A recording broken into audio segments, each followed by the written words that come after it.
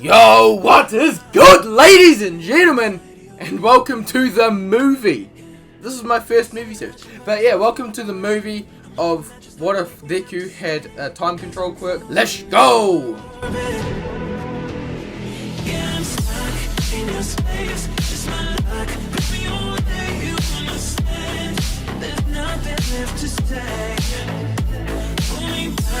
Take my hand, come on, babe, you understand, I wanna stay, 'cause I don't wanna walk away, 'cause I don't wanna walk away,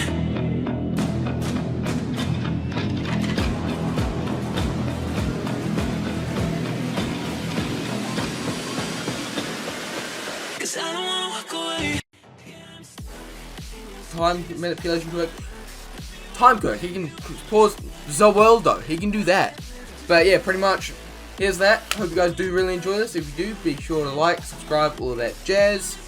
All the music down in the description. Boy Saint down there. Golden What Ifs, his part and his entire thing down in the description as well. His channel down there as well. And yeah, that's pretty much it. Just remember, God is awesome. You guys are too. And let's just get straight into this epic movie. In a world where quirks were prevalent in society, where without a quirk, well, you were deemed practically useless, there was a boy by the name of Izuku Midoriya. But what he didn't know when he was, well, growing up, that he would have one of the strongest quirks known to mankind. His quirk would change reality itself. But is that really a good thing? One day, Izuku Midoriya asked his mother Inko Midoriya if they could please go check what his quirk was. So they did. She took her adorable son Izuku to the doctors. And they met the doctor, and he basically greeted them into the hospital. Okay, let's see. Little one, you mind coming with me so I can check your quirk? Yeah, I want to be a strong hero one day.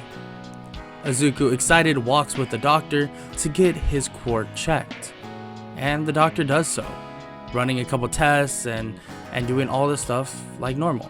And then comes out and begins speaking with his mother. Well, Inko Midoriya, it seems that your son has a very, very powerful quirk. It's called time control. He can manipulate, well, time itself. But he needs to be careful, because it doesn't necessarily have drawbacks, but there's a lot he can do with it, good and bad. So, I want you to make sure he goes down the route of a true hero.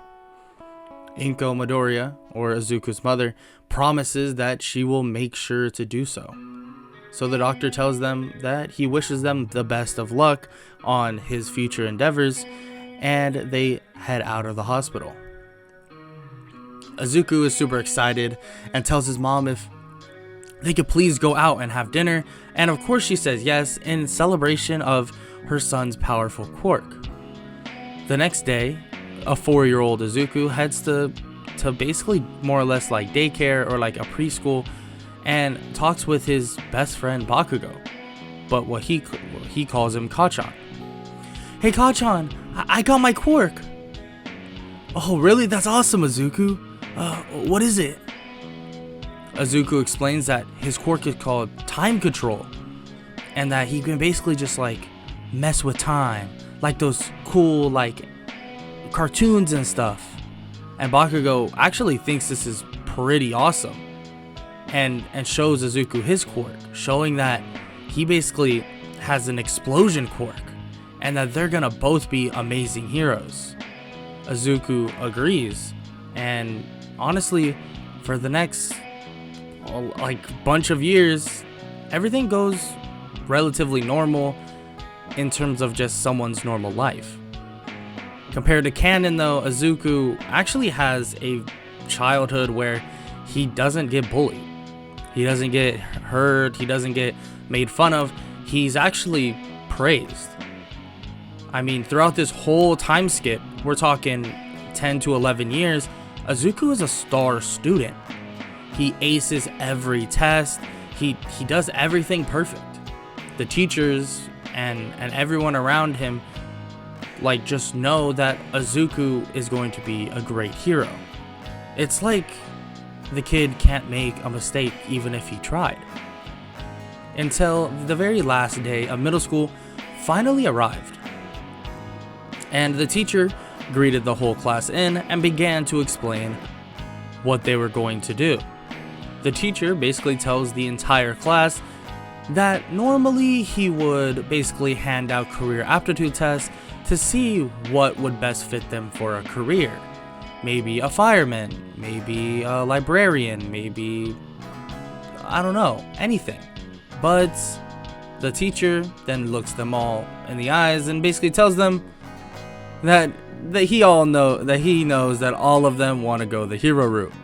He throws the papers in the sky and the class begins to cheer and use their quirks. I mean, besides Bakugo and Midoriya, which they're relatively calm in terms of this, well, until Bakugo stands on his desk screaming that basically he'll be the greatest hero alive and that he'll become the #1 hero and he'll be the richest to ever basically do it. And a lot of the class begins to say that Bakugo definitely has the potential to do that, but Izuku probably has a better chance as well. Which Bakugo scoffs at, knowing that Izuku does have a lot of potential, but doesn't like the idea that people are basically putting down his aspirations for Izuku's. The teacher then basically says that Bakugo has the test scores to basically prove it, and actually 2 of them are trying to get into UA. And the class basically isn't surprised, saying that they know that it's both Izuku and Bakugo because they're basically at the top of the school and have been throughout all these years. And the teacher agrees and says that frankly it's not even close, that Izuku and Bakugo have been acing everything, and especially Izuku. He's never got one wrong answer on any test he's ever taken. And obviously Izuku kind of just sits there calmly and just listens to the praise, but he doesn't really let it even sink in. He knows what he wants to do and has his own vision. So he enjoys being praised, because who wouldn't, but he doesn't really take it to heart because he knows that there's a long road ahead. So at the end of the last day of middle school, they all head out, and Bakugo actually asks Midoriya if maybe he wants to train over these next 10 months or so before the entrance exam. And Izuku is completely down for it, but says that he has to actually work on some stuff, so he's gonna basically head home, but he's gonna go the long way. So Bakugo and him part ways, and Izuku heads under a bridge as while he's writing in his notebook about everything about his quirk and about everyone else's quirk that he's analyzed over all these years. Until out of nowhere, some giant, big green monster comes crashing out of the sewer. "Kid, I didn't know he was here. I need your body." Izuku looks back confused, but just smirks and looks at the sludge villain dead in his face. "You want my body? It's kind of weird. You know that, right?" The sludge villain charges in at him, but Izuku appears behind him as if he was never in front of him in the first place.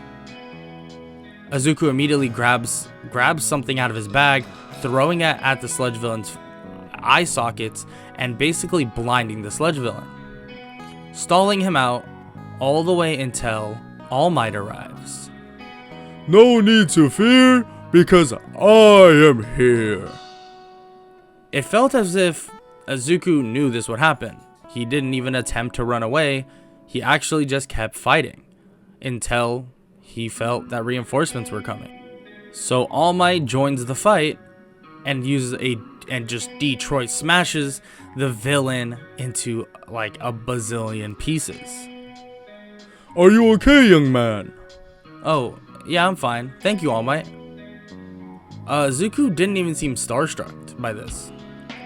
All Might seemed to be kind of confused as well, because normally people begin to freak out, especially about being attacked by a villain, and especially about him. Most people, when they see All Might, they actually fanboy out or begin panicking, saying, "Oh my god, it's All Might, oh my god," and "Oh, can I get an autograph?" But Izuku is so calm, so relaxed. He wasn't even scared that this villain attacked him out of nowhere while running away from All Might, and he wasn't even scared or happy that necessarily All Might was there to save him. So, but at the end of the day, Izuku still asks for an autograph, and All Might asks what the kid's quirk is.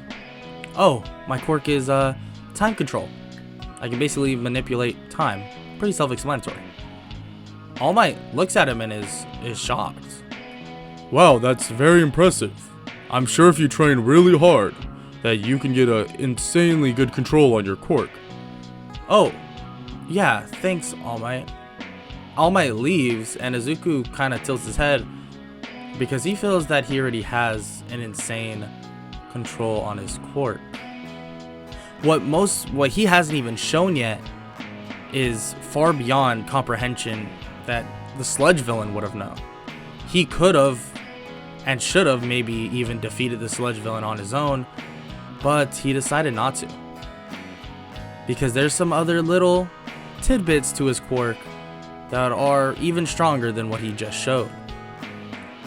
So then we enter the 10 months of training before UA. Izuku's been training frankly all his life in this. He's been working out and doing other stuff like that, kind of like if you were a student athlete, for say. So he would train his quirk when he had the chance, but he actually never felt he had to. He had really good control, no pun intended, really good control over his time control quirk. It felt like there was no real restriction with it. He could do a lot of things that most people wouldn't even fathom. And especially, he felt like there was no limit to his quirk. He actually trained with Bakugo before, and Bakugo would speak about his limits in terms of his explosion quirk, and that if it's too cold, it's harder for him to produce sweat, and there's other things like if he uses his explosions too much, his arms begin to hurt and his hands begin to hurt, and it's like breaking himself apart in a way. But Izuku felt that there was no limit, at least to his quirk. So during this 10 months, he actually just started training special moves and special techniques that he felt he could use and test it out. I'm not going to say any of those currently at the moment, but you'll see very soon. So the 10 months was quickly over. Throughout that 10 months training, Izuku felt very confident, even more than in the beginning, that he would pass this exam. So he goes in. The entrance exam is finally upon us. As he walks by, he sees a girl and immediately just kind of appears in front of her, blocking her pathway and then kicking something out of the way. He smiles and then runs off, and the girl is confused, thinking that did he think that she would trip on that thing, or what was that even about? He runs in, and the entrance exam basically begins. President Mike is there and begins explaining that they'll basically have a practical and a written. And first off, the written will be, well, right now. He basically then sends off everybody into different rooms, and everyone begins taking the written portion of the exam. Izuku actually aces this exam. Completely just destroys it. It's not even a hard thing for him. Actually, he didn't even study. Izuku in this is seemingly very smart. He didn't really even try, and when he was bubbling in the paper, it seemed like he knew the answers already. He was done in like 10 minutes and walked over and gave President Mike the paper. Do you need anything, little listener?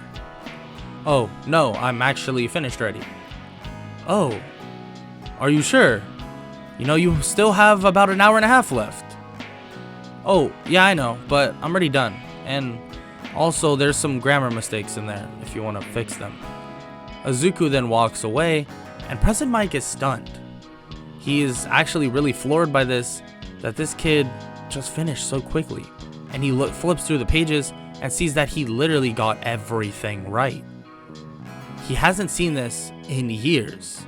Nobody has. This isn't something that is a common occurrence among hero students especially. Yes, there are some really smart hero students, but even this entrance exam test is built to be extremely difficult. There's things on it that you're not even supposed to learn until you're in UA. So they're kind of gimme questions where UA knows you'll get it wrong, but they still put them in there to challenge you. President Mike stares at Izuku for a second and messages Nezu about the occurrence. After all is said and done, and everyone is finished with the, written portion of the exam, they all head back to the auditorium, and President Mike stands waiting and begins explaining the entirety of the practical. Okay, little listeners, first off, you all will be split up into, I believe, 4 groups, and you'll be waiting at a gate, and you will get points based on destroying 1, 2, 3 point robots. Also, before President Mike could actually continue, a blue-haired boy stands up. He begins complaining, saying that President Mike is skipping out on a robot and that this isn't very professional of him by any means necessary, and that he isn't fit to be a UA teacher if, as this young boy is saying this, Izuku basically teleports next to him and asks for him to please sit down, and that President Mike was just going to explain that last robot that he spoke of. Izuku, in the eyes of everyone else, Izuku basically just teleports back to his seat, and the boy by the name of Ida stands there stunned. This boy, he's so fast and seems so kind on the outside, but so intimidating at the same time. There's like this aura to him that is undescribable. He just sits back down and he doesn't question the occurrence, and he apologizes for his intrusion. President Mike says it's fine and begins to explain the zero pointer, saying that this is a robot they don't want to mess with. Plus, it doesn't even give you points, so there's really no reason to fight it. So, Izuku and everyone else is sent out to their designated gates, and he waits. But as the gate swings open and President Mike begins to quote-unquote tell everybody to get ready as if he was going to count down, Izuku is gone. He's gone. He's not running. He actually, to the eyes of everyone else, teleported right to the first robot. And this is where one of his first powers is actually revealed in terms of what he's been training. He touches a robot and completely and utterly just obliterates it. But he doesn't have some strength quirk. He's not super strong like he's been doing, like he's some epic weightlifter. No, he touched something and forced it to revert back to its old self. So basically, changing a bunch of schematic and circuits and everything that was put into the robot back to its original scrap metal, instantly destroying it. And he began seemingly teleporting around doing this, just tapping things, destroying it, and he does this extremely efficiently. We're talking, he has perfect patterns to where each robot is. And in the teacher's booth, they even talk about this. This kid, who is he, Nezu? That's Izuku Midoriya. His quirk is, time control. I see. Does he somehow know the routes of the robots? What do you mean, Aizawa? The kid, he's moving perfectly for it. Where every robot is, he knows. Does he know the pathing of the robots? No. That is top secret, Aizawa. Even the teachers don't know that. He must just have, well, really good fighting sense, Aizawa. Interesting. The kid must have trained a lot then.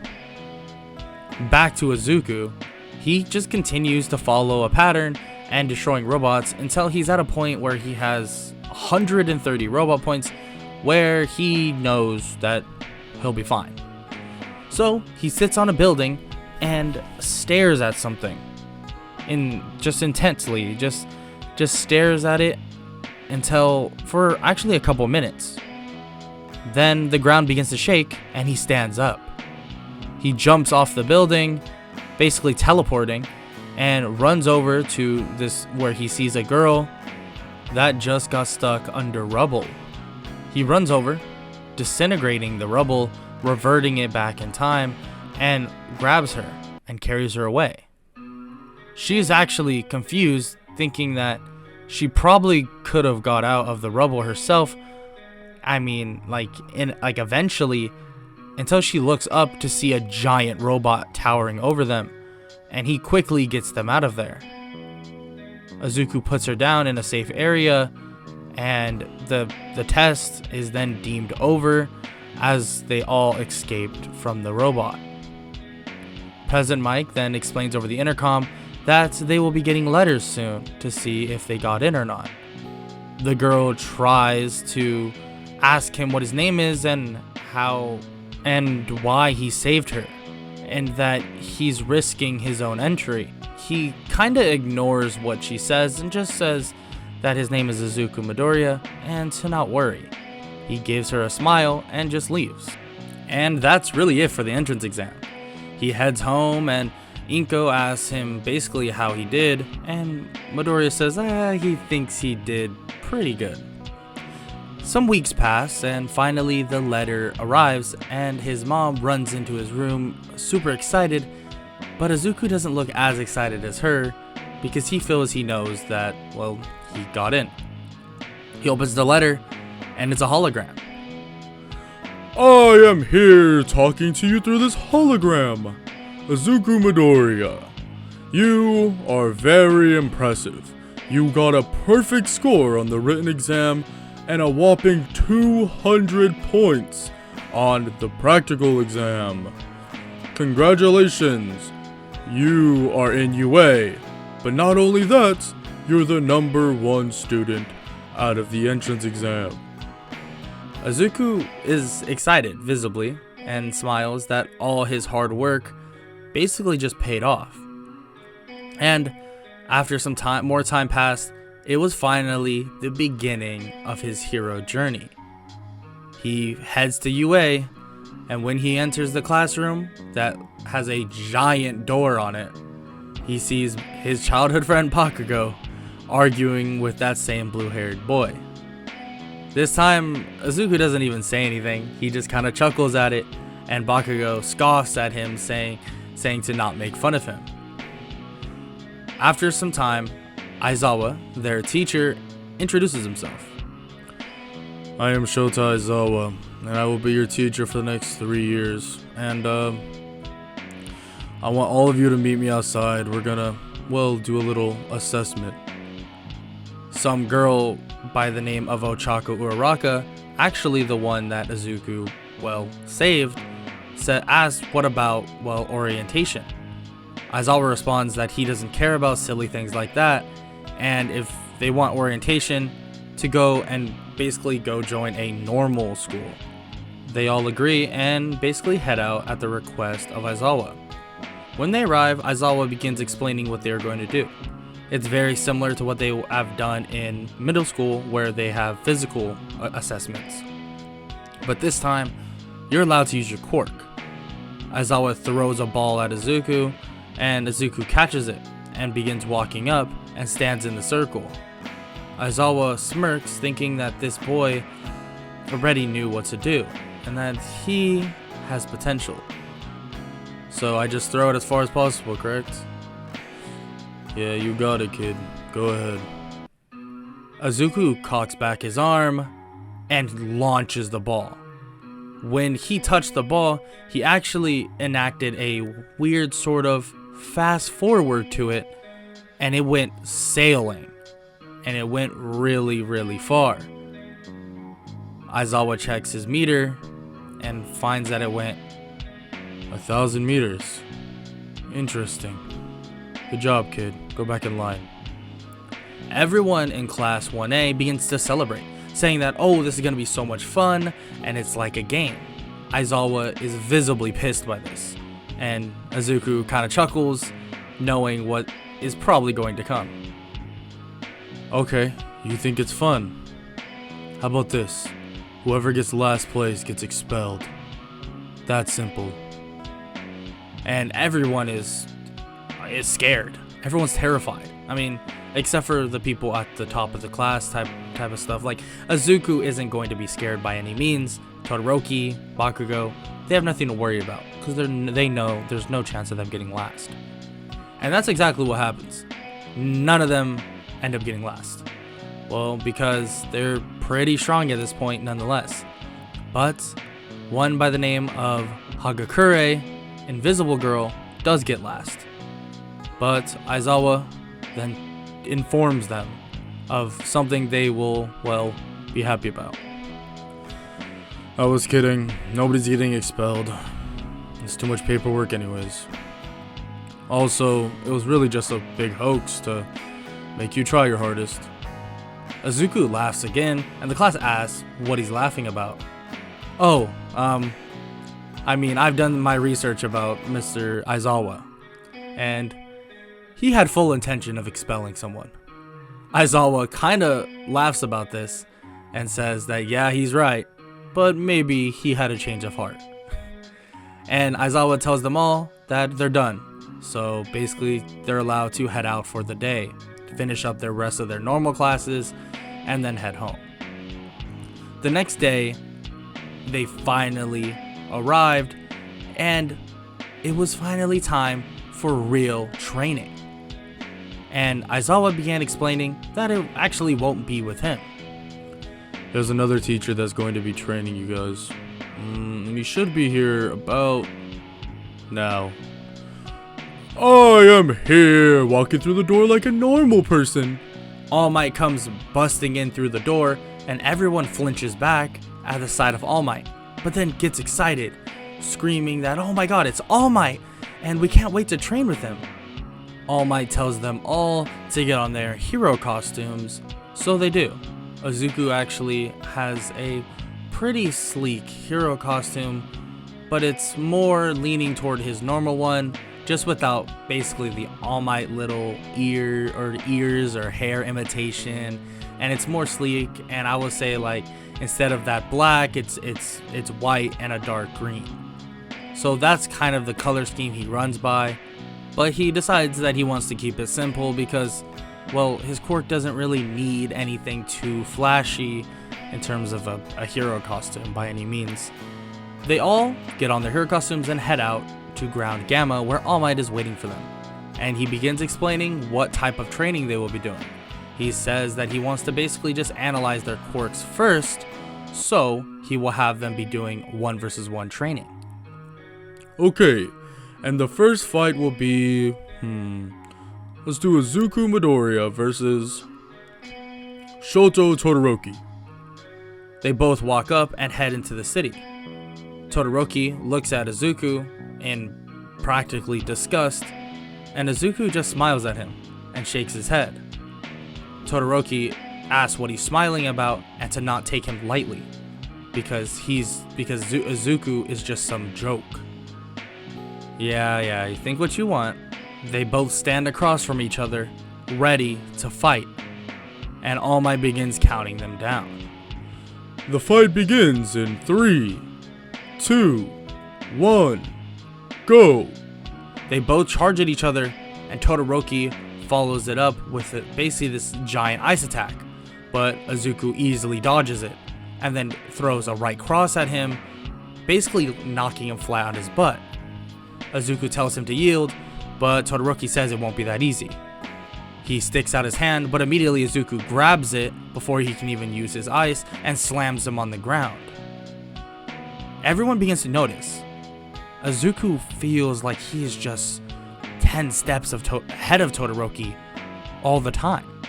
Every move Todoroki would do, Izuku was in the perfect position to counter it. And this continued throughout the entire fight, eventually leading to Izuku punching Todoroki in the chest and then kicking him on the back of his head and knocking him out cold. Izuku Midoriya is the winner. Izuku walks back with Todoroki on his shoulders, and the class stares in complete awe. That this kid is on a whole different level compared to everyone else. After Deku pretty much wipes the floor with Shoto Todoroki, he pretty much carries him over his shoulder as he goes back to everybody else as they realize that he's in a whole league of his own. As pretty much he goes down as he watches all the rest of the matches. As he watches everybody fighting, as he watches Bakugo fight Sato, and you can see how one-sided that would be. As, yeah, Bakugo pretty much wipes the floor with Sato's face. And the rest of the matches will pretty much go how you would think.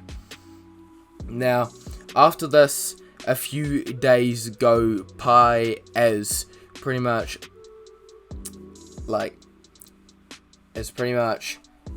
Ida is chosen as the class president, and they pretty much arrive in class as Aizawa walks in announcing that they will be going to a off-site facility and they should get their hero gears on as soon as they can. So they get through there as they put on their hero suits and they arrive outside, seeing a bus outside as Ida, he does his whole thing as he pretty much, tries to get everybody sorted out in a orderly fashion, as pretty much lined up in a kind of perfectly orderly fashion for the bus, as he gets in the bus and realizes that his efforts were for nothing, as it was a different bus layout than he had prepared for. So everybody kind of just sits down and they get ready and drive off. As while they're on the bus, Sue asks the stupidest question, which is who kind of is the strongest person in their class, as everybody just turns their heads towards Midoriya, as everybody's wondering, like, but what is your quirk? Like, Sue even asks, like, but what is your quirk? Like, you just appeared behind Todoroki. Like, do you have super speed or teleportation? As Deku says, well, I'm not gonna really, lay out all my cards on the table, but let's just say I can control time. So everybody's like, what? That's insane. I'm not sure if Golden had put it in the other part. This is a few days after he sent me his part, so I haven't actually re-watched his part, so if he's already explained this, then well, yeah, everybody already knows he has a time quirk called time control. And anyway, so everybody just starts doing their kind of small talk as Aizawa calls out saying, "Oi, quiet down, we're here." As they arrive, as everybody kind of gets off the bus and see that 13 is there, as she says, "Hello, students, and welcome to the USJ." As everybody is wondering, yo, Universal Studios Japan, what? I'm pretty sure that's what it is. But yeah, everybody's like, what? Universal Studios Japan? That's insane. As they all kind of wondering, what's going on? As he's like, as 13, he says her stupid joke saying, no, this is the unforeseen simulation joint, which is similar to the Universal Studios of Japan or whatever. As everybody's like, damn does, whatever. as they all kind of go in, as 13 leads them into the kind of USJ. As Deku, he just has this gut feeling as he's getting a strange sense of deja vu. Like, he's wondering, like, where have I recognized this place before? As he's thinking, like, he's been here before. As he looks, as he's, like, kind of in his own kind of trance, as it snaps for him, as he realizes something is about to happen. As he looks down, staring intensely at the center of the USJ, as Aizawa is wondering what he's looking at, as he kind of looks down at the center of the USJ, as he sees that's nothing. As then, after he's about to turn back, he sees that the strange smoke or fog or strange kind of thing, gas, kind of appears, swirling and getting bigger and bigger as the villains arrive out of the portal. As pretty much they go down, and pretty much Shigaraki kind of explains that, hello, we're here for All Might. Kurogiri, it seems that All Might isn't here. Well, maybe if we kill a few kids, it'll draw him out of his hiding spot. As Kurogiri says, as you request, Master Shigaraki. As Aizawa, he jumps down and starts putting the beat down on some of these villains as they are getting put into the ground left, right, and center. As Deku's just looking down, thinking of different ways to approach the situation, like he's done this before. As Kurogiri kind of appears as they are trying to leave the USJ, as he says, I'm sorry, students, but I'm not going to be able to let you leave this facility. As just as he is about to kind of explain more, he is on the ground with a tight grip against his metal piece. As he looks up, wondering what's there, as he sees that Deku is there. As Deku looks down to see Aizawa, as he sees that he's starting to get pressure put on him a little bit, as he sees Shigaraki about to grab Aizawa's kind of face or whatever, as Aizawa spins around preparing to block the attack, as Deku appears in front of Shigaraki, grabbing his wrist and crushing it. As pretty much Deku, as he kind of crushes Shigaraki's arm, he looks back up to the class as he sees that they are all kind of getting teleported, as he curses under his breath that he couldn't get it done in time. But oh well. As Deku, he pretty much grabs Shigaraki by the face and slamming him into the ground as he disappears, as every single villain in the USJ is just piled up immediately. There's just a massive pile of villains in the middle of the USJ, as everybody's wondering like what just happened, as everybody is now up the top of the USJ once again. As Shigaraki, he's like wondering like what's going on, like how is this happening, as he starts scratching his neck again, as he scratches like more and more, as he starts drawing blood out of his neck, as he's just infuriated, as he then has kind of a thought snap into his head as he says, Kurogiri, bring out the Nomu. As Kurogiri, who is free at this point since Deku did let go of him, as the Nomu does leave and kind of walk out, as Shigaraki explains to the Nomu, kill the brat. As the Nomu pretty much does a massive screech as it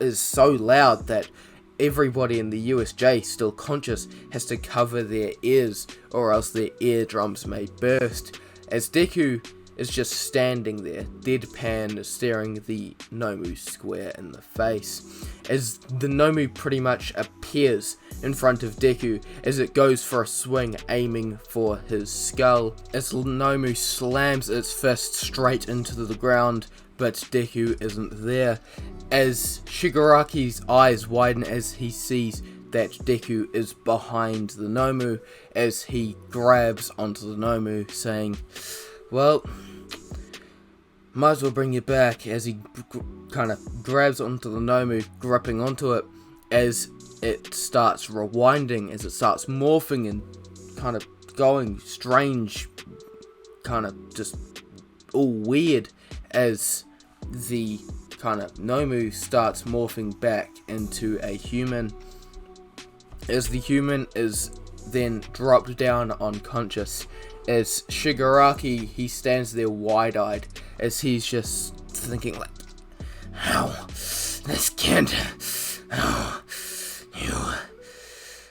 dare you, as he starts scratching his neck, he says, how dare you, as he charges towards Deku, as he gets ready to grab Deku, as he then gets grabbed by the face and slammed onto the ground, as Kurogiri gets ready to portal him, as he puts a portal underneath Shigaraki, as Deku stops time, as he pretty much pulls Shigaraki out of the portal and slamming him into the stairs, grabbing some metal, ripping it out, and pretty much pinning Shigaraki down so he can't use his quirk, as he then goes towards Kurogiri and grabbing onto his metal piece, as time then resumes, as Deku is then seen there holding onto Kurogiri's metal piece, as Kurogiri starts kind of morphing back into a kind of strange thing, like the smoke starts dissipating as it appears and kind of is revealed that Kurogiri is Aizawa's long lost friend Shirakumo, as kind of Aizawa, he starts like, he just drops to his knees as he's wondering like, how, what, as he then goes towards kind of Shirakumo picking him up, as Deku then pretty much transports all of the villains out of the USJ, as they are all kind of tied up, and they pretty much appear outside immediately, as Deku, if we go into his kind of time stop kind of site or whatever, he goes moving every single villain single-handedly and one by one, taking them to the entrance or outside of the USJ. As after that, Deku, he kind of just, the reporters and the police, they do arrive, as they then kind of have 2 days off until the sports festival. As Deku, he kind of arrives to school for like 2 days, as they kind of arrived for the after 2 days break, as they go in and Aizawa reveals that your fight isn't over yet. You have the UA Sports Festival coming up, so you're gonna have a 2-week kind of break after your 2 days break just before, to get training and preparing for this festival. This is where you can see, where you can prove to pros and to the heroes that you are worthwhile and that you can become heroes and all of that. As the rest of the day kind of goes on as normal, until Mineta goes up to the door, or one of the students, I'm not really sure who it is, but let's say Mineta. As Mineta goes up to the door and pulls it open, as he sees a bunch of students crowding outside the door, as kind of Mineta's like, what's going on? Why are all these people here? As Deku, he just starts walking towards them as he says, they're here to scout out the competition, but I guess Katsuki could, I guess Kachan could, explain it a bit better. I have to get going. As some of the other students, like from other classes, are wondering, like, what do you mean you can't get through us? As Deku just appears behind them, as they're wondering, like, how? As Deku, he starts walking away, saying, well, it's been nice, but I guess I'll see you guys at the sports festival. I have to get going. See you in about 2 weeks, though. As he walks off, and the rest of the kind of conversation goes as normal, as Bakugo does his whole explanation thing. But everybody in the other classes are a lot less confident, as they have just seen one of the other students literally appear behind them, like they couldn't do anything. As Deku, he kind of goes home, as for the 2 weeks, he does less of training himself, as he goes around and helps his other classmates train, as he helps Uraraka with her hand-to-hand combat and getting better at her training, as he goes to Katsuki or Bakugo and helps him train in explosions and train how they normally have, and just helps all his other classmates kind of train better, as he helps like Tokiyami with his control over Dark Shadow and all of that. As the 2 weeks do pass, as the sports festival arrives, as everybody, they kind of arrive and they get ready to go into the sports kind of stadium, as they walk out, as Aizawa, Present Mike, and Shirakumo are on the commentary. As they go in and kind of Shirakumo, as Present Mike then explains, listen up everybody, as we have the Class 1A, as if they walk out and everybody's cheering like, yeah, it's Class 1A. As Midnight then kind of stands up as she says, alright, would the kind of number 1 in the UA entrance exam like to step up? As Deku, he steps up, as he kind of is told that he has to do a speech, which for some reason he isn't very off guard by. Like, he knew that he would have had to do a speech, like he's done this before. As he kind of looks around, as he's like, alright, well, I want to do a motivational speech, so let's just say, everybody, do your best. We're all here to prove that we are the strongest and that we are worthy enough to be pro heroes. All of you that are in the business class, the general studies, the support course, all of you guys do your absolute best, as I expect nothing better, as I expect nothing less but the absolute best from each and every one of you. As you guys talk that you want to be in the hero course and want to be in Class 1A. Prove it. If you guys want to be here so badly, then prove that you have the willingness and need to be here, and deserve to be here more than some of us. So, anyway, I hope that you guys all do your best, and hope that we all put on a great show for all of you spectators. And yeah, so have a great time. As he walks off and everybody's like, woo, that's a great speech, yeah. As everybody kind of cheers for him, stating that that was an awesome speech. As they kind of walk around, as they get ready for what kind of the first event is going to be, as Midnight declares that it is going to be a obstacle course, as everybody gets ready as they kind of reveal what's all going to happen, as they get ready at the starting line, as President Mike does the countdown saying, "Alright students, get ready in 3, 2, 1, as ice starts to appear, but then suddenly stops halfway through formation, as Deku everybody's wondering, like in the stands, what's going on, as nobody is moving.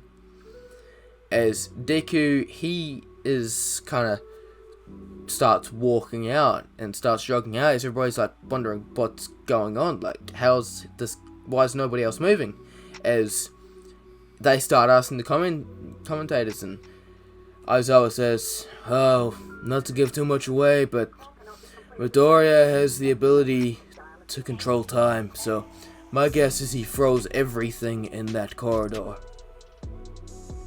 Literally. So nobody or nothing that was going on in that corridor or around with the students could move or can move until he says so." As Deku, he starts getting faster and faster and faster until he's almost a blur, as he's going probably over like 50 kilometers per hour, as everybody's like wondering, like, whoa, like this guy is fast. If you guys are wondering, 50 kilometers per hour, I don't know the kind of kilometer to miles kind of thing, but I don't know. So he goes around 50 kilometers per hour, going quite fast, as he's boosting towards it, as everybody sees that there is some robots going on, as Deku, as he's about to get hit by one of the robots, he kind of just appears behind all of the robots as he's still running, as everybody's freaking out, like, whoa, what just happened, like, how did he do this? As Deku, he just keeps running until he gets to the kind of pit drop or whatever it is, as he starts kind of running, as he appears on every third or fourth every third or fourth kind of pillar, as everybody's wondering, like, yo, is this teleportation or something? As Aizawa states, he's probably just putting on a show so that it doesn't look like he just appears at the end. As everybody's like, what? It's like, if he wanted to, he could freeze all time and appear at the end, but I guess he just wants to put on a show. As Deku then gets to the minefield, as he pretty much just appears at the end of the minefield, no kind of mines being triggered. As pretty much Deku, he starts running as he gets into the stadium, as that happens, he resumes time, unfreezing all the participants, as the ice goes everywhere, freezing everybody. As everybody's going on, like, wondering what's going on, as they hear cheering and going on, as they look behind them, as they see Deku, as they're all wondering, like, wasn't he, like, at the front? Like, how did he get there? As everybody, like, is screaming out, as President Mike then says, "And Midoriya has reached the end, has finished the race." As everybody's like, what? Okay, we gotta get going. As the rest of the race goes pretty much the same, except without Deku. As the next battle is announced, as the wheel spins, as it is announced that it is a team battle, a 4 versus 4 kind of teamed battle, as the exact kind of fighting or the exact same rules that apply to the 1v1s at the end apply to this. So either knocked unconscious or ring out, as pretty much the first team to lose all members loses, and they have to use teamwork to end the match, or to get through the matches, as this is what is going to be used instead of the cavalry battle, as pretty much all the teams are the same as canon, as all of that, as everybody kind of gets ready, as it is revealed that the first kind of fight is a couple of fights have gone on already, and none of them are really important, but the next fight is Team Midoriya, which is comprised of Deku, Uraraka, Tokiyami, and Mei Hatsume, versus Team Tetsu, which is comprised of Tetsu, Hononuki, Awase, and Shiozaki, or Ibara, which is what she's normally known as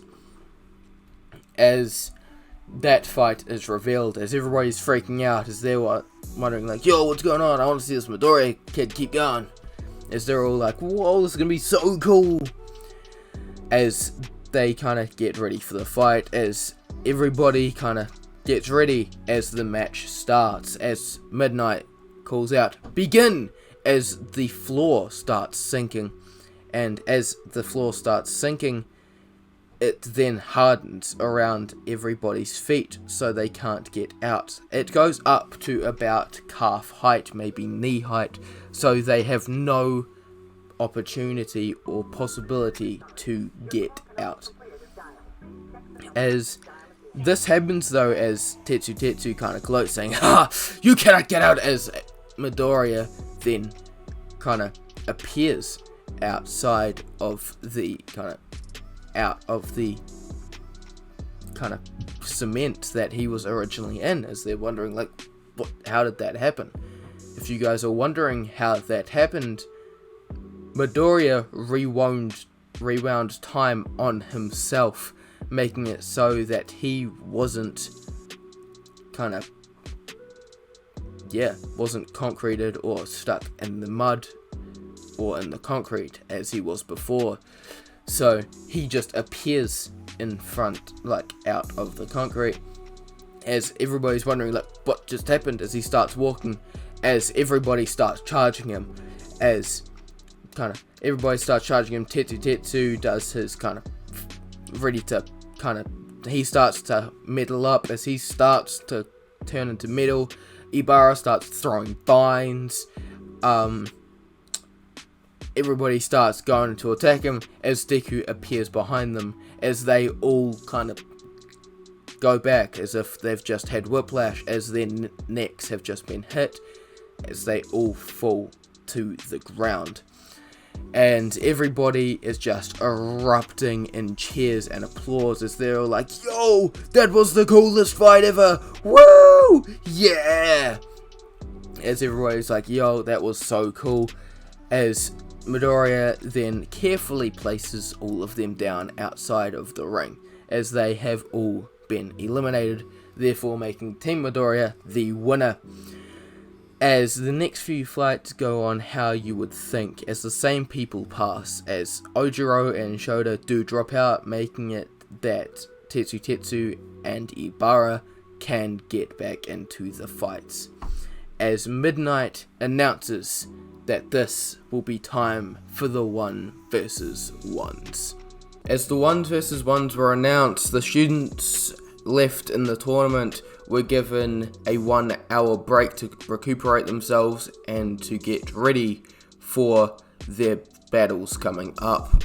As this happens, Todoroki confronts Deku, talking about his kind of situation and how Endeavor is a little bit of a mongrel, and that he kind of needs to get stopped, and that he's a horrible person, and that he won't use his fire side. And Deku, he talks to Shoto and tells him like, this is your quirk, it's not his quirk, it's your quirk, so you should use it. Everybody is out here giving their role, and you're out going half-assed or whatever. So just give it your all and you'll feel a lot better about doing it. as pretty much after this, the 1 hour has passed as it is announced that Deku is going to be fighting against Shinzo.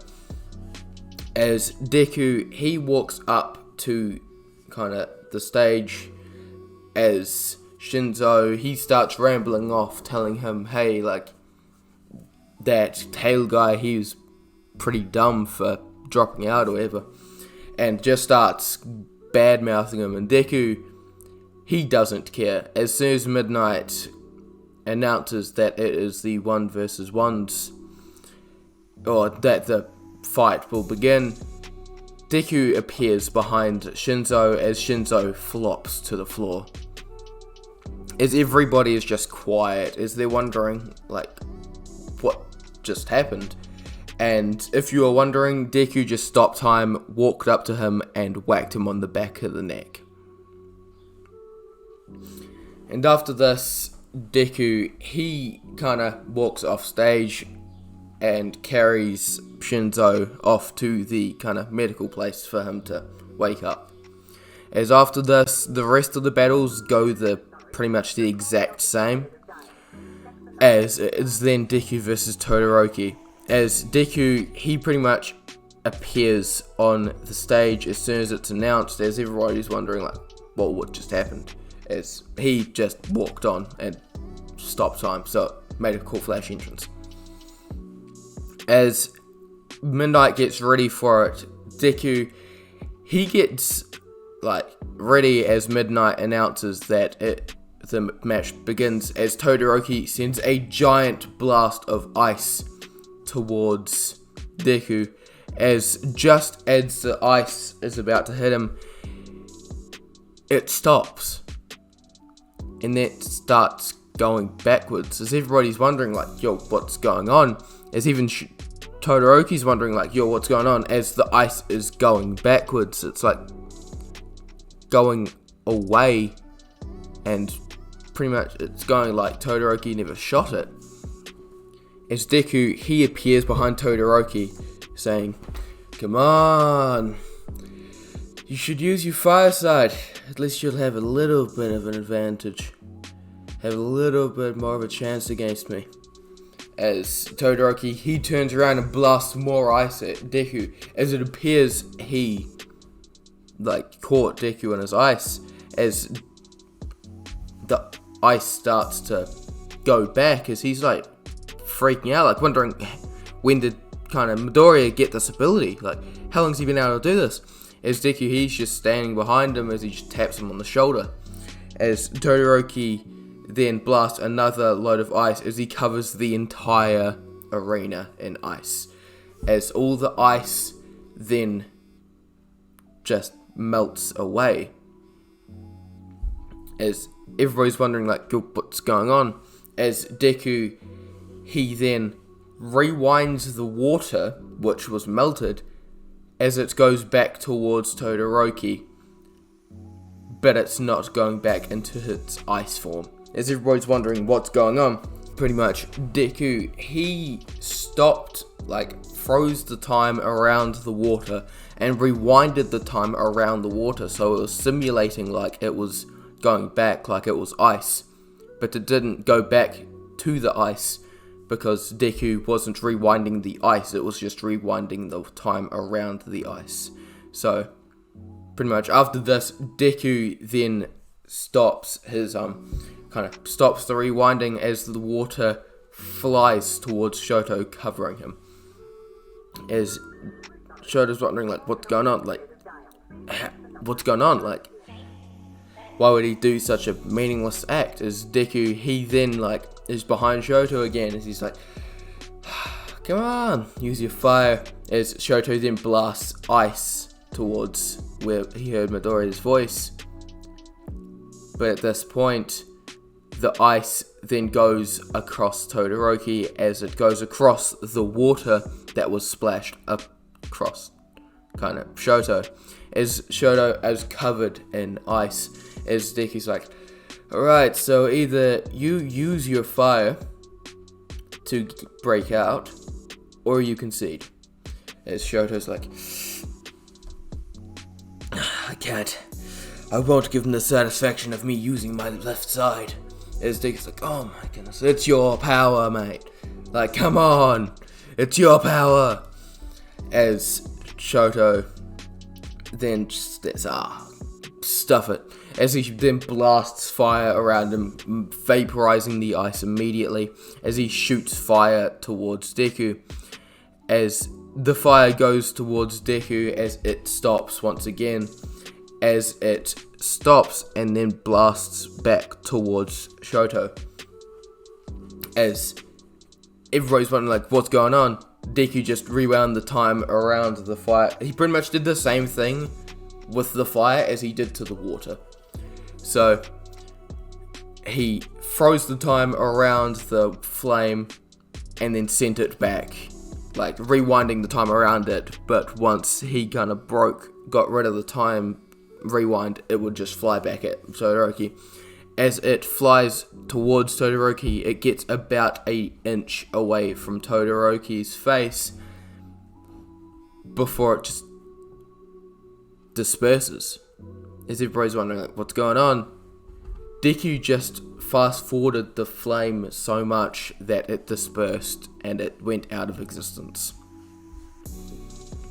As Todoroki's kind of shaken, as Deku just appears behind him and chops him on the back of the neck, knocking him out. As everybody's like just wondering, like, whoa, what just happened there? Like, yo, what?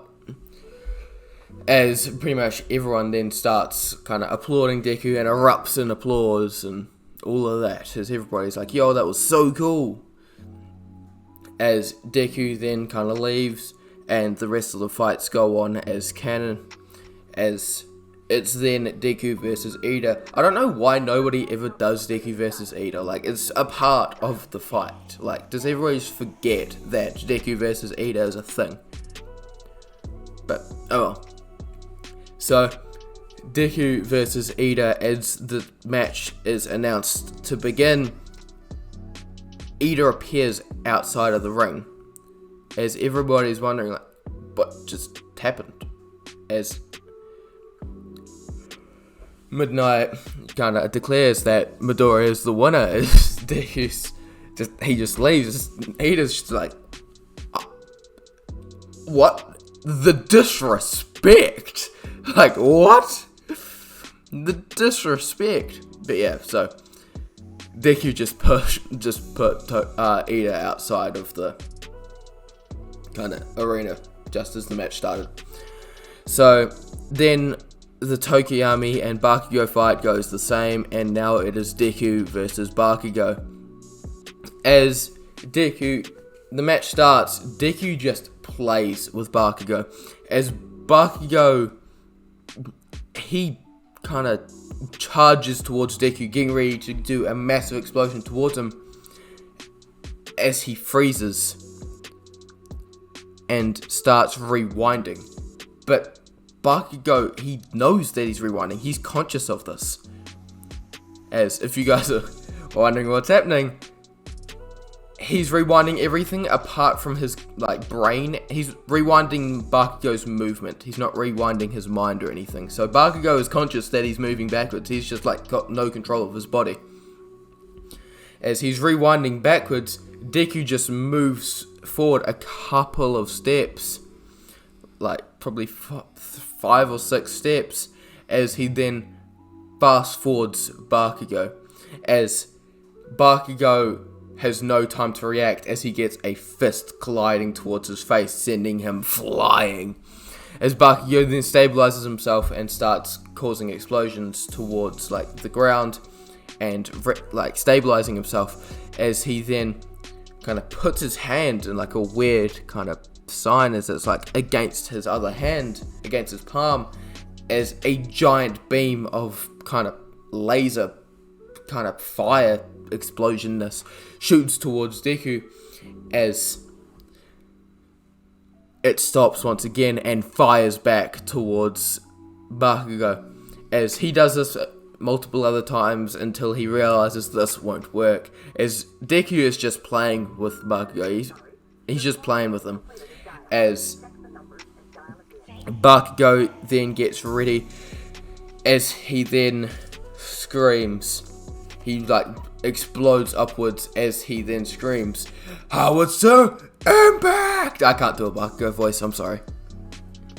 As he screams Howitzer Impact, as he does a giant explosion, as he pretty much gets ready to do a giant explosion on Deku, gets probably about a centimeter away, or I don't know how, that's like half an inch or something. But yeah, he gets very close to Midoriya, as he's standing up, as he looks and sees a giant explosion coming towards him. This is Bakugo, by the way. And everybody's wondering, like, what? Like, as Bakugo just gets blown away by his own explosion. As everybody's like wondering what's happening. As the smoke clears, Bakugo is indented in the side of the stadium, as Deku's just standing there, just brushing off his hands, as everybody just erupts in cheers, saying, "Yo, that was so cool, what a good fight, yeah," as pretty much the rest of the USJ, not the USJ, the rest of the sports festival, like, everybody's like, yeah, it's pretty cool, and the award ceremony happens as Deku is the winner. A couple of days after the sports festival, they come back to school, as kind of Aizawa announces that they've got hero requests coming out, as I'm not gonna lie, Deku got like all of them. Like, he got a lot of requests, as he's looking through, and everybody's like wondering, like, oh, like, what kind of quirk, who's he gonna go for? Like, there's not a lot of people that he can go for. As everybody then goes up to the kind of get kind of ready and kind of looking through their kind of internships, as Midnight comes in stating, "Yo, I'm gonna be your teacher and do your naming." As everybody's like, "Yo, that's so cool," as everybody does the same names. Bakugo, he goes for the same name he does in the manga. And yeah, if you guys don't know, then I won't say it. But yeah, as pretty much it's Deku's turn to go up to the kind of floor, and like going up, as he just picks Deku. Like,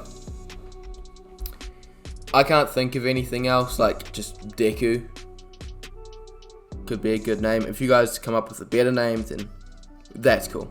But this will probably end in like the next part, probably. I wouldn't be surprised. But yeah, so this is kind of Deku. As everybody's like, oh, that's pretty cool, as he chooses his internship, and a couple days later, he goes to kind of his internship, as he goes to Sir Naito's agency. And if you guys don't get the kind of resemblance or whatever, Naito's got a future sight quirk. Deku is time itself. There we go. He's the closest person in the show that we know that has got a time kind of quirk. So, he kind of goes to Night Eye, he meets Mirio and Bubble Girl and etc. The centipede kind of dude. As he literally cannot be taught anything. Like, Night Eye tries to teach him something, but he's quickly learns Deku is number one hero kind of material already. And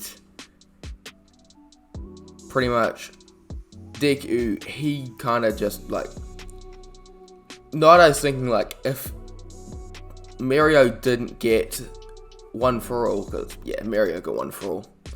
If Mirio didn't get one for all, then Deku definitely would like be a good successor if Mirio didn't want it.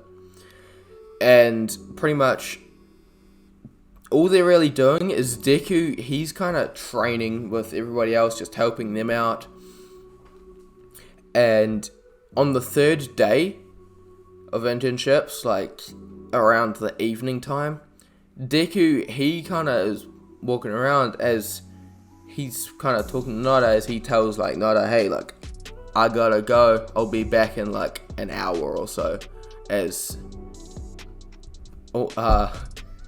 Nada's like, yeah, okay, as Deku, he goes to Hosu City. He's stopped time as he's just appeared at Hosu, as he's walking in a very specific direction. He's just walking into the city, getting ready, and he gets to this perfect kind of area, as he knows pretty much exactly something is going to happen at this exact area, as portals start going around in the kind of streets, as Anomu peers out, as it is a quickly, like, just as it steps out, it is in the ground with a massive foot indent in its skull and brain, killing it immediately.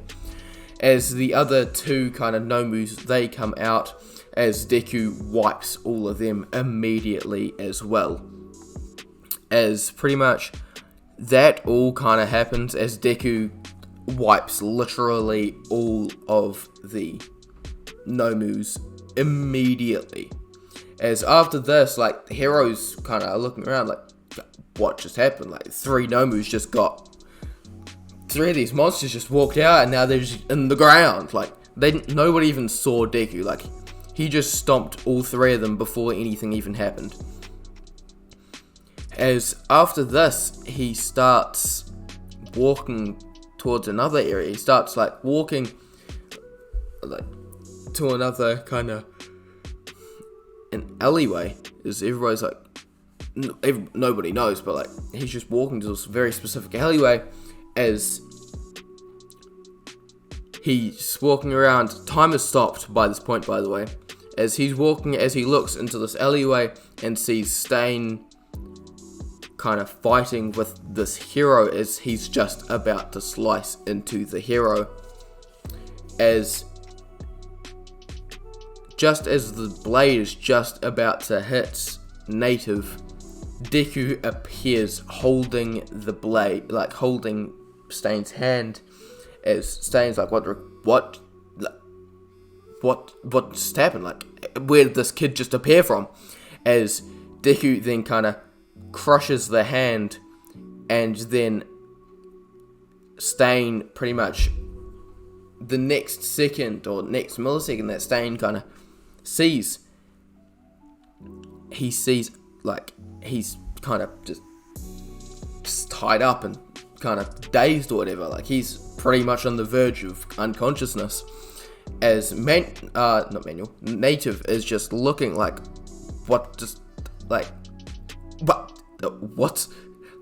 Where did this kid come from?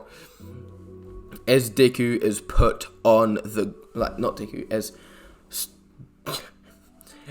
Stain, he's put on the ground very quickly. He's no problem, as pretty much after, this is before Ida even arrives as well. Like, he stomps him very quickly. As pretty much after this, Native gets the credit.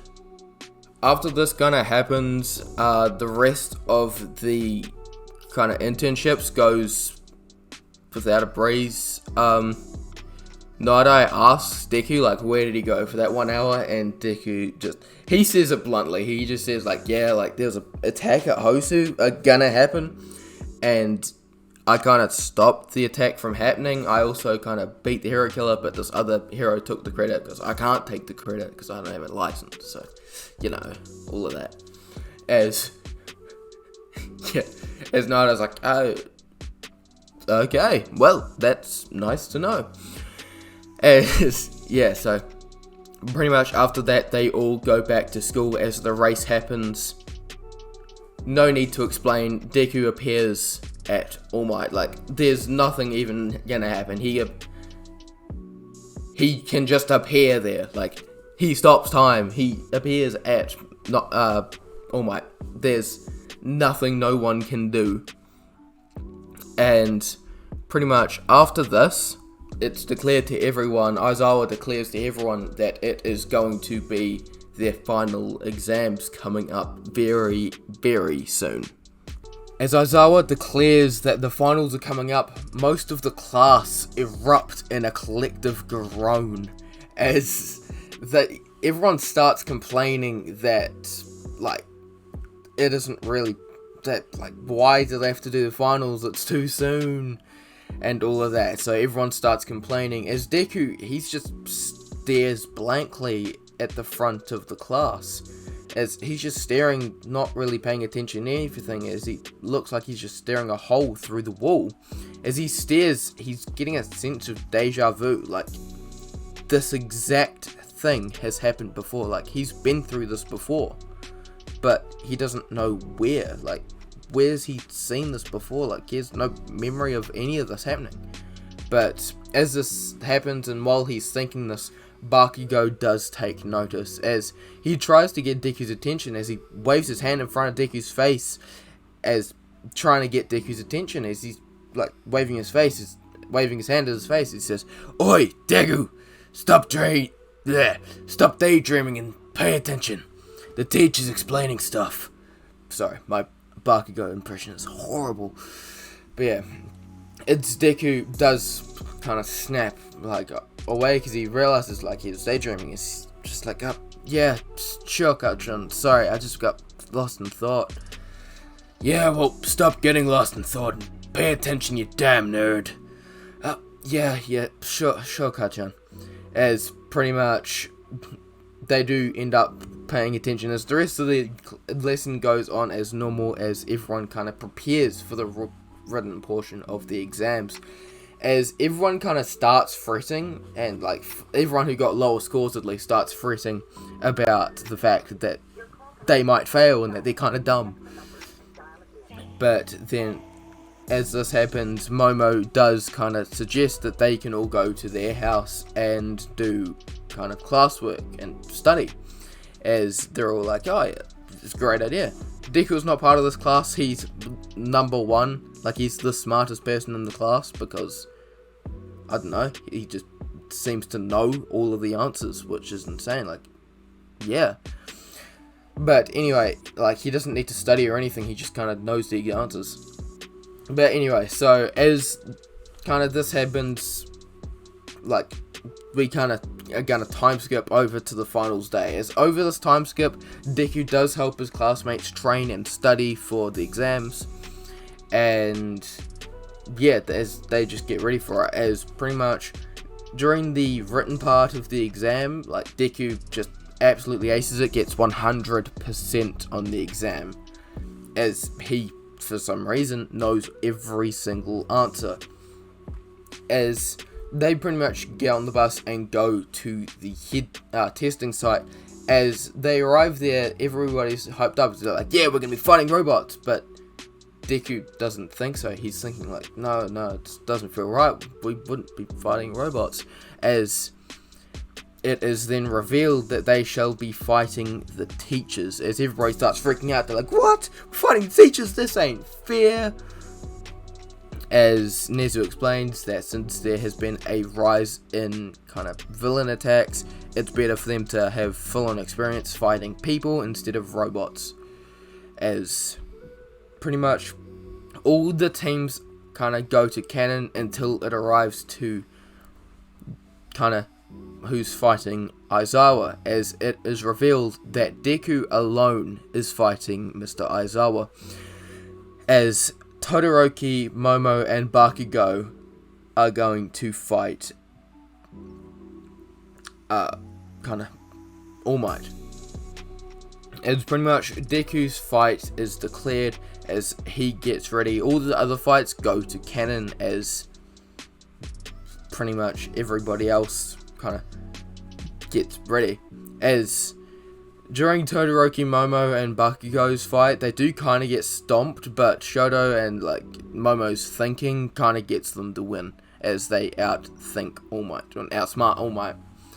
As Deku prepares for his fight with his Aizawa, as kind of the thing begins, Deku kind of just scouts around as he boosts his speed up to 3 times normal speed, as he just starts zooming around until he stops and starts running normally.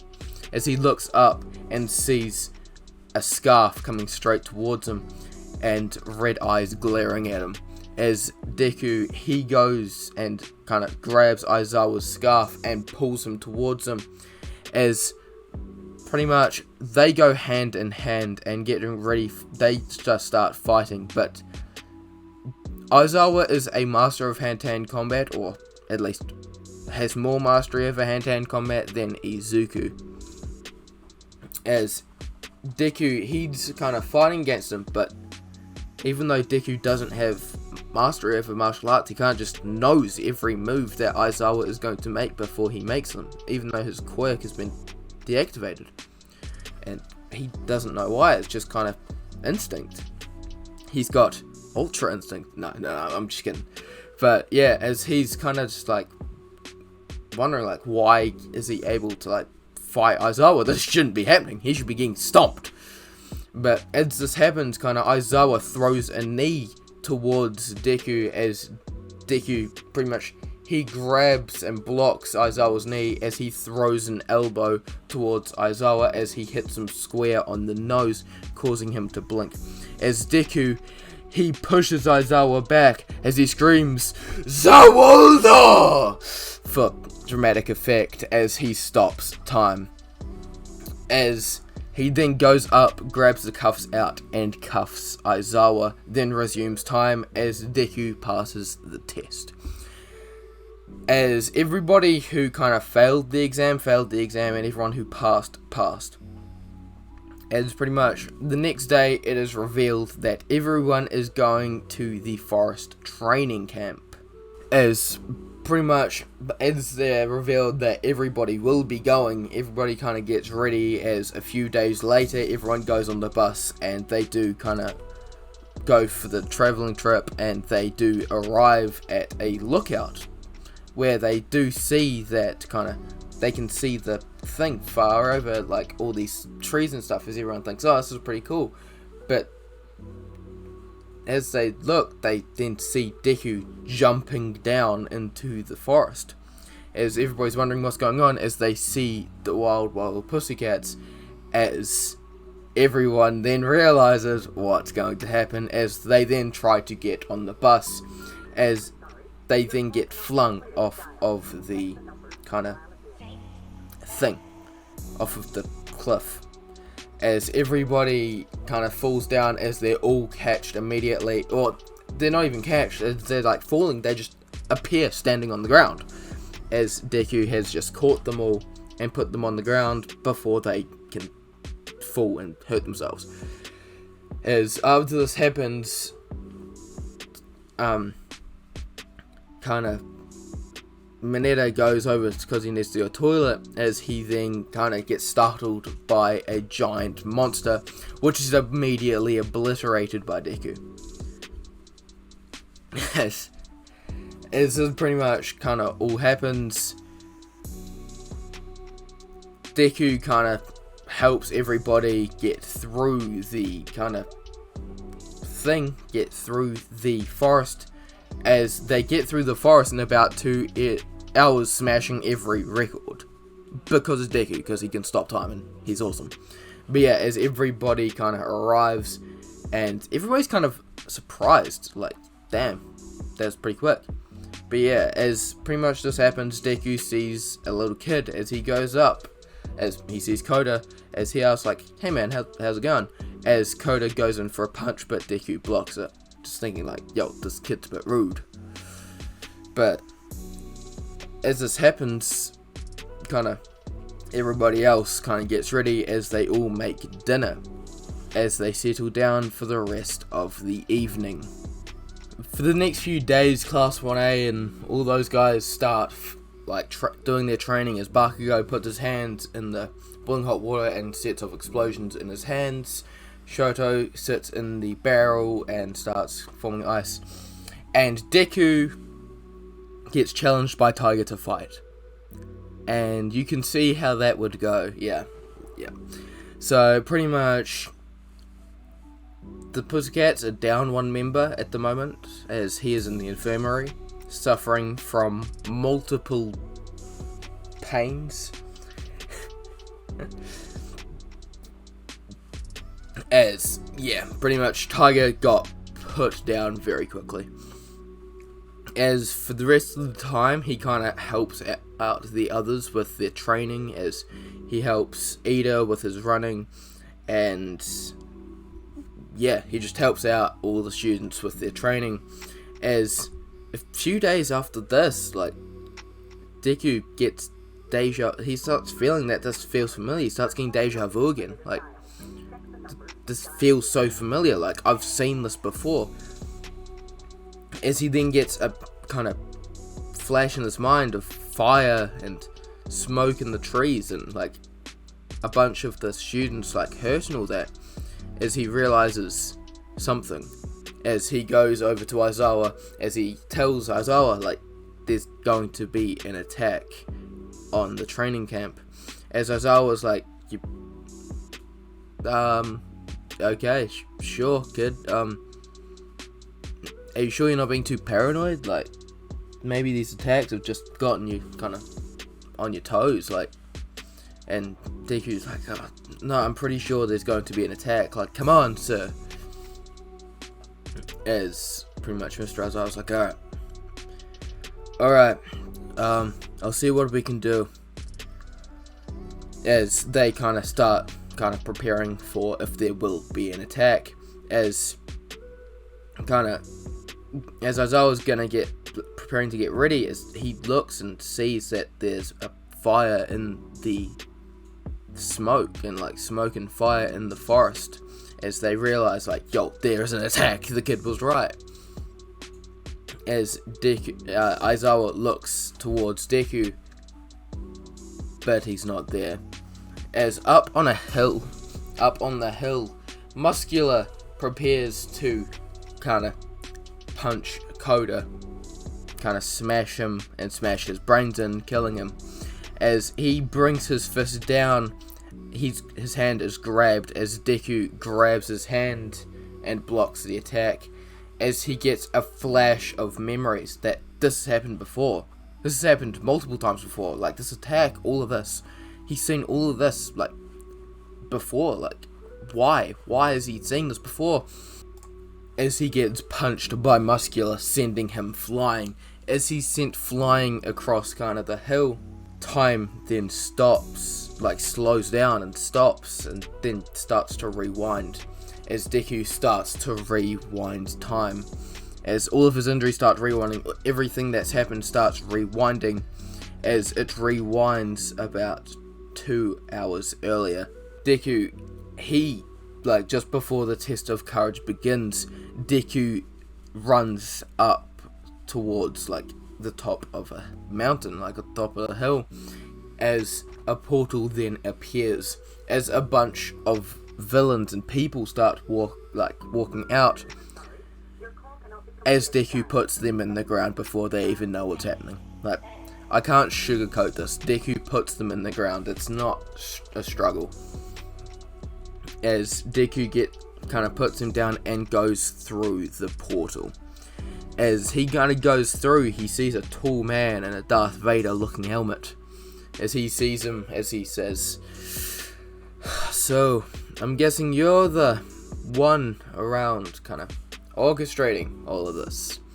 As the man turns around and says, "I'm guessing you must be Izuku Midoriya, the man who stopped my entire attack on the USJ and kind of captured my successor." As kind of All For One starts walking towards Deku, he starts saying, "You're brave, kid. You're brave, child. However, you cannot possibly think you could defeat me. Soon, I will add your quirk to my thousands at my disposal." As he prepares to launch an entire attack towards Deku, he then feels a giant kind of piercing hole punched straight through him. As Deku pretty much stops time and punched and fast forwarded his arm so quickly that, like, it's pretty much a bullet going straight into All For One, or a giant cannonball, as it flies straight into All For One's kind of stomach, breaking him and putting him on the ground very quickly. He got put on a plate very quickly, as All For One pretty much gets downed immediately, as Deku then kind of knocks him out and sends him towards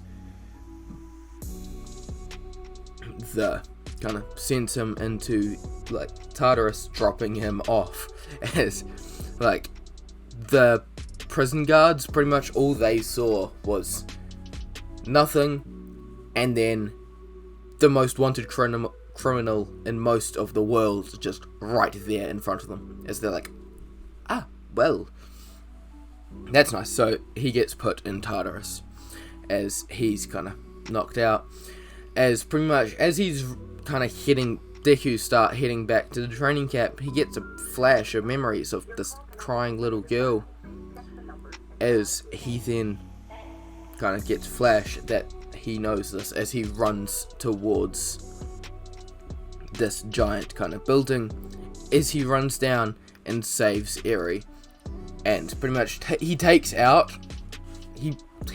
obliterates all of the kind of villains and Overhaul's henchmen, as he beats them to an inch of their lives, pretty much, as he puts them all on a plate, as he then arrives and sees Overhaul. As Overhaul, he sees Deku, and he takes off his glove and puts his hand on the ground and starts sending spikes towards Deku. As Deku, what he does, he pretty much grabs, like, a spike, breaking it as it's forming, and goes up to Overhaul and stabs it into his foot. As Overhaul, time resumes, as Overhaul's like, what happened? As he's got a giant spike through his foot. As he's like, how did that happen? As he gets punched square in the face, sending him flying. As Overhaul's pretty much sent flying, Deku then stops time again, grabbing, like, that same spike that was in his foot and stabbing it into both of Overhaul's hands, pretty much enabling him from using his quirk. As he then gets put down and he sends him into next year. As Overhaul gets put down very quickly, he stomps him. As, I'm sorry if, like, I'm going through this very quickly, but there's not a lot I can talk about. These fights aren't hard. Deku puts them on a plate very quickly. As pretty much after this, Deku then grabs Eri and takes her to UA. As he arrives, he explains to kind of Nezu the whole situation of what's happening, and then he kind of just disappears again, as Nezu's just sitting there wondering, like, what just happened. But he pretty much got just a rundown of everything, like how Eri was captured by the Chihei Hisakai, and how Overhaul was experimenting on her, and blah blah blah. Her quirk is very powerful, should be trained, and yeah, as Deku then starts running towards the kind of training camp once again, he gets a flash of his life, like his entire life, but it's different. Like, some of these things he didn't done, but then he gets another flash of another life, as he sees hundreds of versions of his life pretty much how it is, but it's different, like different things that he's done, how, like, hundreds of versions, how he's, like, done this different, how he's done that different. Like, is this the reason why he's knowing everything that's happening? As he's pretty much running through time, he hears a voice ringing in his head, as he just falls down onto, like, his knees, holding onto his head as he resumes time. As he looks up, he sees a man in a